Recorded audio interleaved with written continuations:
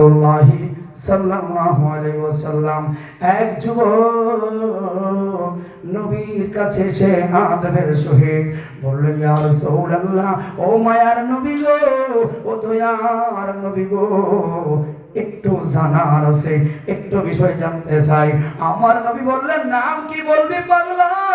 ওই পাগলা বললেন, নবী গো বলুন না মাতা সাদ। কেমনটা কখন হবে? কিয়ামতটা কখন হবে? রাসূল বলেন, পাগলা ক্বালা ওয়াইলাকা ওয়া মা আ'দাতু লাহা, তুই যে প্রশ্ন করলি কিয়ামত কখন হবে, এই তোর কি সম্বল আছে নি? তোর কি সাধান আছে নি? পাগলা কয়, নবী গো ক্বালা মা আ'দাতু লাহা, নাই নাই কিছুই নাই। ওমর বলে, তাহলে সময় নষ্ট করবা না, যাও সময় নষ্ট করে যাও। এ ওমর বলতে দে গো, ও মায়ার নবী গো, আমার একটা সম্বল আছে। কি কি কি? কইলে আন্নি ক্বালা লিআন্নি তুহিব্বুল্লাহ ওয়া রাসূলহু, সম্বল একটা, নবী গো আপনার আমি জানার চাইতে বেশি ভালোবাসি। ওরে লেশিয়ানার ভক্তবৃন্দরা শুনে যারে, এই উত্তরে সারা পৃথিবীর মুসলমানরা আশা জাগে। এই ছোট্ট একটা শব্দ নবীর শুইনা রে, ওই দিন ওই মঞ্চের ভিতরে লাস্টের কথা ফারিহুল বিশাইইন বাদাল ইসলাম, ওই সাহাবীর নবীর জবানে হাদিস কানা শুইনা সাহাবীরা আনন্দে বাহির গায়া লাফাইতে আছে রে। ফারিহুল বিশাইইন বাদাল ইসলাম, আনাস বলেন ইসলাম আবির্ভাব হওয়ার পর সাহাবায়ে কেরামদেরকে এত আনন্দিত হতে রে আর কোনদিন দেখি না। কথাটা কি? পাগলা বলল, আপনাকে জানার চাইতে বেশি ভালোবাসি, এই সারা সালাম নাই। নবী বললেন, পাগলা ও লেশিয়ানার বাবারা, নবী বললেন, ক্বালা আনতা মা মান আহবাবতা, যে যার ভালোবাসবো তার লোকেই তার হাসর, তার লোকেই তার হাসর। ওমর বলেন, হয় রে। আবু বকর বলেন, 40,000 দিরহাম না দিয়া দিল। উসমান বলে, নবী দেখেন আমি বিয়ে করলাম, নামাজ পড়লাম, রোজা রাখলাম, নবীর সঙ্গে জিহাদের ময়দানে গেলাম, নবীকে ভালোবাসলাম। হায় রে, কোনদিন তো শুনি নাই নবীকে ভালোবাসলে নবীর সঙ্গে হাসর, নবীকে ভালোবাসলে নবীর সঙ্গে হাসর।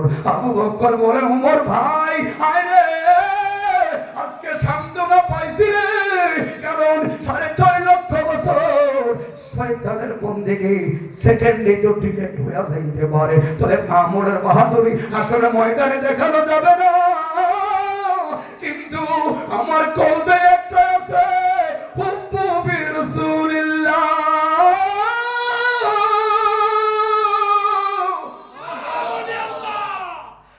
সব আমার বাদ হইতে পারে রে, হুব্বু ফি রাসূলিল্লাহ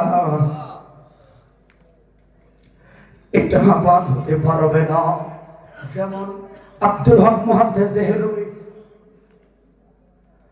ওনারা নাম আনলে ওহাবে শুনে বলেন কারো ঘোড়া নাই। যে হাত বারকাতুল আসামের হাদিসের বাপ বলে বাংলাদেশ এসে মহাদেশে আব্দুল হক মুহাদ্দিস দেহলভী, ওনাকে নাম আনলে কেউ নাই। হাদিস শিখেছে উনি, উনি কিতাব কি লেখেন আপনারা জানেন? কিতাবের সারা লাস্টে গিয়ে বললেন, জীবনে বড় কিতাব লিখলাম, কত আমল করলাম, বলবে আদমি হতো পারে, কিন্তু আমার একটা আমল যখন করলাম ওইটা আমার কাছে কেন জানেন নিখুঁত লাগলো। কি কি কি? ওই আমলটা হলো নবীর শান লয়া যখন মিলাদ করতাম রে, আমি আব্দুল হক মুহাদ্দিস দেহলভী মহাব্বতে দাঁড়ায়া যাইতাম। আমার কাছে দাঁড়ায়া দাঁড়ায়া নবীর মিলাদ করলে এত শান্তি লাগে রে, এই শান্তিটা আর কোথাও লাগবে না। আমার মনে হয় এই আমলটা আমার ভাব যাওয়ার মতো না।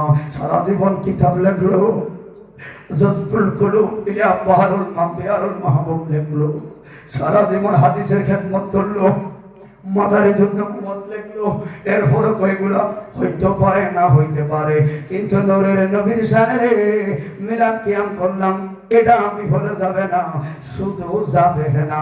হাসর ময়দানে কি বললো জানেন? মাওলা রে, যদি আমার কোন সঙ্গ না থাকে রে, রাসূল পাকের গোলামের সদকায় ওই নবীর যে দাঁড়ায়া দাঁড়ায়া সালাম দিছি রে, এই মুসেলায় আব্দুল হক মুহাদ্দিস দেহলভী রহমত পাইলেও পাইতে পারে। বুঝলে বুঝবে, এক কথাটা বুঝে নাই। আব্দুল হক মুহাদ্দিস দেহলভী যদি নবীর মিলাদ কেমকে নাজাতের দরিয়া বানায়, তো আমি সুন্নি আশা করি ঠকি নেই। কথা বলে ঠিক আছে? আসলাম, আমার কথার মধ্যে আসলাম। আল্লাহ বলছেন উতিলা আসহাবুল উহুদ, কথা বলেন ধ্বংস তোরা কি করছে, কথা শেষ করতে বাবা একটু একবার শর্ট করে দিই। ধ্বংস তোরা যারা মুসলমানদেরকে অগ্নিকুণ্ডে ফালাইয়া মারলি, আন্না রিজাতিল ওয়াকুদ, যে পুরান কথা তাফসীর সূরাতুল বুরুজ 30 পারা খুলে দেখেন, এবং আন্না রিজাতুল ওয়াকুদ, তোরা ধ্বংস যারা সামনে দাঁড়ায়া তামাশা দেখে। এক জাতি ধ্বংসকে যারা মুসলমানদেরকে আগুনে ফলায় মারলে তোরা ধ্বংস, আর এক জাতিকে যারা তামাশা চাইলে ধ্বংস। এবার মনে চাইনি কে এদিন কারে মারলো, এরা কারা, কোন সময়ে? প্রশ্ন থাকেনি মনে, প্রশ্ন থাকেনিও। আমরা ঘুমাইতেছে, হ্যাঁ নিজের মধ্যে হাঁসটাই যথেষ্ট, আল্লাহ কবুল করেন, আমিন। এই জন্য তো তোর তাফসীর ইবনে আব্বাস বা তাফসীরের মতো হয়। যেহেতু আল্লাহ পাক ইঙ্গিত করলো, তো এটা বুঝলাম আমার নস ভিত্তিক কথা না বলে উপায় নাই। আপনারা জানেন যে আলেম ওয়াজ করে অন্তত বলবেন 4টা নস ভিত্তিক কথা বলা লাগবে, নইলে তার বইয়ের না। কারণ বুখারী প্রথম ইন্নামাল আমালু বিন্নিয়াত, সব কিছু নিয়ে তো নির্ভরশীল। এটা তো আমি বলতে পারি, হ্যাঁ বলতে পারে, ওরা বক্তার কি দরকার, আলেমের কি দরকার? ঠিক নেই? কারণ সাধারণ যারা মুসলমান কোরআন তো করতে পারে, ঠিক নেই, কোরআন পড়তে পারে। কারণ এই জন্য বললাম বাবা, হাফেজ হওয়া আলেম হওয়া কোনো ফরজ না, কে হতে পারে এটা ভাগ্যের ব্যাপার, কিন্তু দিনই এলেম শিখে করা ফরজ। যেমন 5 ওয়াক্ত নামাজ একজন মুসলমান জীবন চলার জন্য যতটুকু ইসলামিক জ্ঞান দরকার ততটুকু অর্জন করা ফরজ। কিন্তু হাফেজ আলেম ফরজ না, কে হতে পারে তকদীর ব্যাপার। কথা বুঝছেন? তকদীর ব্যাপার। হ্যাঁ, এখন এগুলা কে কাকে ইঙ্গিত দিল? এই তাফসীর কাছে যদি যায় তাহলে ওলি আল্লাহ দরবারে বাধ্যতামূলক যাবো না। কথা কি বুঝছেন? এই ওয়াজ কোন শুরু করি আমি, এই তাফসীরটা কি তারা দেখে না? একটু আগে দেই, আমার পরে এটি হাতে ক্লিয়ার করুন, ঠিক আছে? ওয়াজ সবাই আলহামদুলিল্লাহ জানে। ভাইয়ের আমার, তাহলে আল্লাহ 3টা শপথ করার পর আমার নবী হাবিবুল্লাহ আখির নবীর উম্মতের বোমা মারব, জায়গা জায়গা শহীদ করব, ইন্ডিয়াতে মুসলমানদেরকে মারব, মুসলমানের মসজিদে লাগায়া মসজিদে ঢুকে আগুন লাগাইয়া দিব, কাশ্মীরে মুসলমান মারব, মায়ানমারে রোহিঙ্গা মুসলমানদের মারব।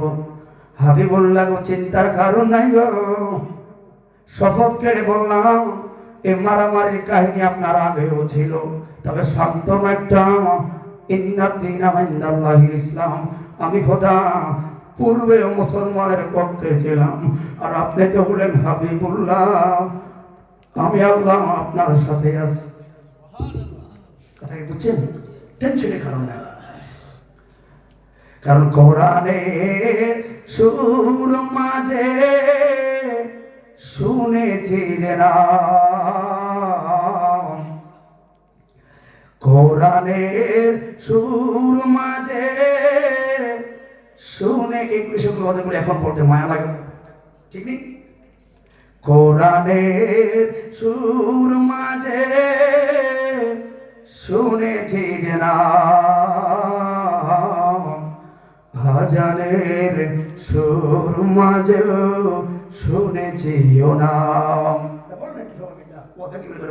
কোরআনের সুর মাঝে শুনেছি নাম, আজানের সুর মাঝে শুনেছি ও নাম, ও নাম আমি আমার হৃদয় হে রাসূল নবীজি তোমায়, হে রাসূল নবীজি তোমায়।